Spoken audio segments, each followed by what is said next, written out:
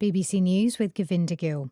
Gaza's Civil Defence Agency says at least 12 people have been killed and several others injured in Israeli airstrikes overnight. The Hamas-run Health Ministry says at least 600 people have been killed in Gaza since the truce began. Joel Gunter is in Jerusalem. What we know is that there was a series of strikes in the early hours of today on a refugee tent encampment in the north of the Strip and in the southern suburb of Khan Yunis. Israel has said that the strikes were a response to ceasefire violations by Hamas, that Hamas militants emerged from tunnels into the area of the Strip beyond the so-called Yellow Line, the area which is controlled by the Israeli military, and that's why they carried out these strikes in the morning. Iran's Deputy Foreign Minister Majid Takht Ravanchi has told the BBC that Tehran is ready to consider compromises to reach a nuclear deal with the US if Washington is willing to discuss lifting sanctions. Lise Doucet is reporting from Tehran on condition that none of her material is used on the BBC's Persian service, restrictions that apply to all international media organisations operating in Iran.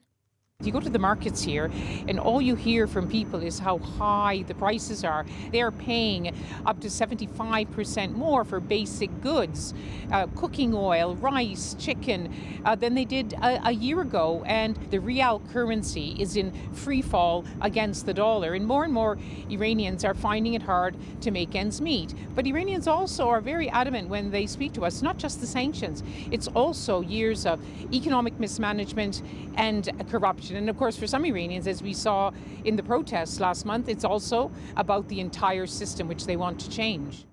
Nigeria says a growing number of its citizens are being illegally recruited to fight in wars abroad. The warning was issued after Ukrainian officials said they found the bodies of 2 Nigerians who were killed in combat in eastern Ukraine last year. Britain's Foreign Secretary Yvette Cooper has said more sanctions could be imposed on Russia after tests on the body of the Russian opposition leader Alexei Navalny showed he was poisoned in prison. The Russian Foreign Ministry dismissed the statement as a planted story. Ms. Cooper explained what action could be taken against Moscow.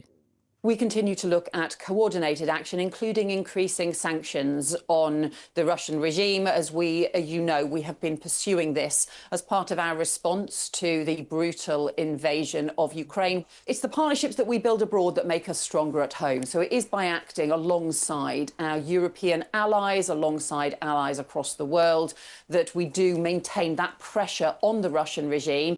World News from the BBC.